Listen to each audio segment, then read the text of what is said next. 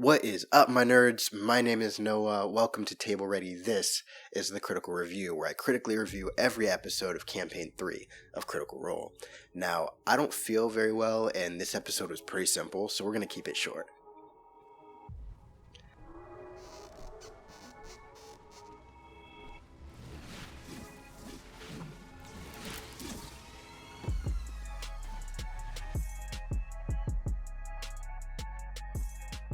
Let's not forget that this week's episode started with Chet alone in a room with Lady Emeth and her mom. That's not too big of a deal though, because Chet's still invisible and is able to sneak out of the room without being detected too greatly, but not before the Shade Mother gets into his head to let him know a little bit about herself. This isn't anything too crazy. It is a Hive Mother, Shade Creeper kind of thing going on where she wants to envelop everybody into her one big family that's probably all connected mentally. Think, you have a number of resources. It's happened plenty. It's a pretty common trope. Chet is able to get back to the party and let them know everything that he does, and they try to come up with a makeshift plan before ending up running into this room to begin combat. This combat has similar creepy, nasty vibes as did the Duggar fight, but the party fares pretty well, actually. Fern casts a dope daylight spell, which forces disadvantage on all attacks from, everyone who's light sensitive, which is all the bad guys. Chet traps Lady Emeth in this amber hamster ball thing, and Orym grabs the Shade Mother with this magical rope and throws it into an operating drill that's spinning in order to hold her back, or at least her stinger back, while the rest of the party escapes with their new captive. So the party successfully leaves with their lives intact, Lady Emeth trapped in a ball, and one of these magical rocks that the Shade Mother was using, alongside some broomstone to do something. Having escaped the mines with their captive, the party successfully clears their names from the Green Seekers, and they make sure to let them know, we're going to clear your name generally. From there, the party heads off to a night of drinks and long-needed rest, where there's a lot of roleplay shenanigans that I would recommend watching if you haven't. Finally, the episode ends with Imogen looking more deeply into this magical stone that was taken from the Shade Mother. The only problem is, it seems to be looking into her as much as she's looking into it. It appears to be heavily influencing her and welcoming her into something. So I'm sure she's probably charmed, but we'll see. It seems as though Shashashashashana is definitely working with some good guys, or at least not working with Treshy. She's the one who hired these Green Seekers to figure out what's going on, and hopefully she can be an ally to Estros and the party. I hope that there's more to this masterpiece that the Nightmare King is putting together than just some of these random attacks and then these Shade Creepers.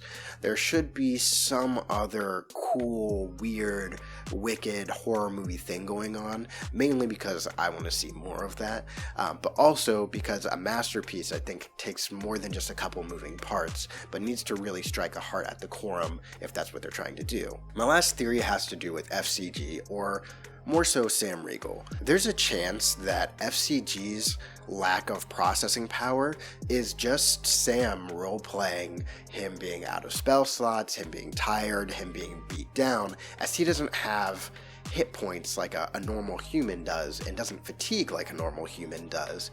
So I think it could just be Sam role-playing that up, which I think would be really dope. The problem is that he's also kind of led us into this weird memory mechanic thing going on that could mean that he's deteriorating in some way beyond just combat on the day-to-day. If I had to pick between the two theories, I would pick the first, mainly because of how he role-played his inability to cast Identify.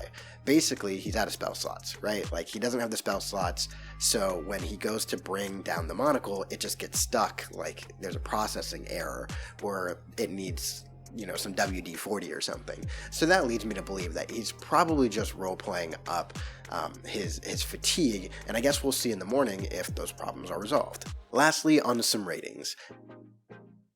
And my first rating is going to go to Matt for a great combat that was engaging the entire time. It's not easy to run that big of a combat, and I appreciate that he used the NPCs in the party just as utilities to get rid of a group of bad guys or things that can push combat forward without overcoming the party's strength themselves and not resolving the issue for them completely. For this, I'll give you an 8 out of 10. It was a solid combat. I wasn't mad at it, and I enjoyed it, and it didn't make me gag like I thought it would. Next is when Orym threw the magic rope around the stinger and then threw it into the drill. This, for me, would have gotten him inspiration at my table. Along with inspiration comes a 10 out of 10. I'm a big fan of gaming the game and coming up with creative ways of making things happen in the game, more so than gaming the mechanics and coming up with creative builds and things like that to min-max your character. It's cool, and there are definitely places and times for that. It's just something I prefer and like to reward at my table is creative gameplay or creating a moment in the world that makes combat feel more cool and creative rather than just like a set of turns that we all take. One more rating that I'm going to give is for the production crew. Previously in Campaign 2, there was a while where they put up the hit points for each individual character underneath the images of each player. Now, this was great because it made it easier for combat to follow for us as viewers and made us understand the urgency of one character being close to death and another just being fine. I can see why this would be an issue, so I'm not going to give you that low of a rating for taking that away, but I'm still going to rate it a 5. I understand that, like, with a whole bunch of eyes on you, it's better to actually have that behind the curtain in case somebody makes a mistake in calculation. But honestly, if you have someone there to count those hit points, and if they're all using D&D Beyond, it should be pretty easy. And lastly, I'm going to give a 1 out of 10 for whatever ailment I have right now. And you know what, Lubafin, I'm going to say that I got this from you. So good luck. I hope that you're feeling better. I'm sure I'll feel better soon. If you guys want to be awesome this week and get a 10 out of 10, make a mage 10 out of the like button. Hit subscribe if you're not subscribed. There's actually not that high of a percentage of people that actually are sub that watch. Most importantly, leave a comment in the comments section.